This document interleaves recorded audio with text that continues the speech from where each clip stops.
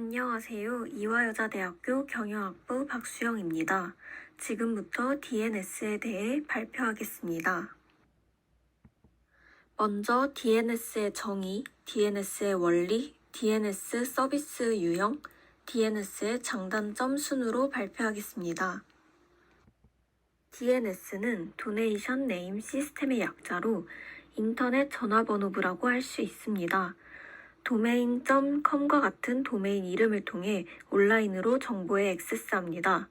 웹브라우저는 IP 주소를 통해 상호작용을 하는데 DNS가 브라우저가 인터넷 자원을 로드할 수 있도록 도메인 이름을 IP 주소로 변환합니다. 예를 들면 우리가 자주 접하는 naver.com, google.com 등 모두 DNS를 가진 도메인 네임이라고 할 수 있습니다. www.domain.com의 com을 탑 레벨이라고 하며 도메인을 세컨드 레벨, www를 third 레벨, 호스트 레벨이라고 합니다. 다음으로 DNS의 원리에 대해 알아보겠습니다. 웹 브라우저에 도메인 주소를 입력하면 먼저 로컬 DNS에게 도메인 주소의 호스트 네임에 대한 IP 주소를 지리하여 DNS 네임 서버 정보를 받습니다. 이는 root DNS 정보를 전달받는 것입니다. root DNS 서버의 도메인 주소를 지리합니다. 예를 들어 www.naver.com을 지리했다면 root DNS 서버로부터 com 도메인을 관리하는 TLD 이름 서버 정보를 전달받습니다.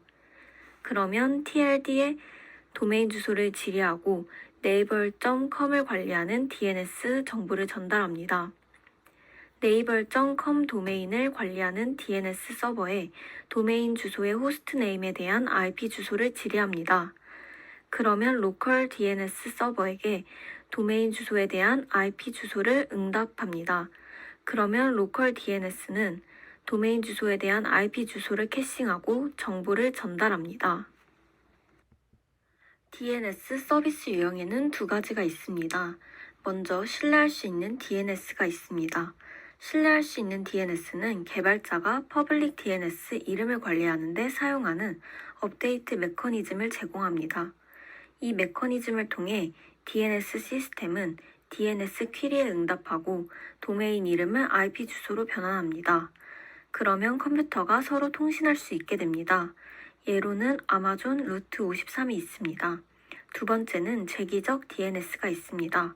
재기적 DNS는 호텔 컨시어지와 같은 역할을 합니다. DNS 레코드를 소유하고 있지 않지만 사용자들을 대신해서 DNS 정보를 가져올 수 있는 중간자의 역할을 합니다.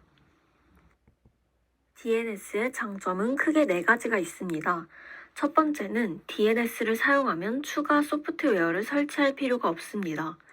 두 번째는 브라우저나 OS 공급 업체에 의존하지 않습니다.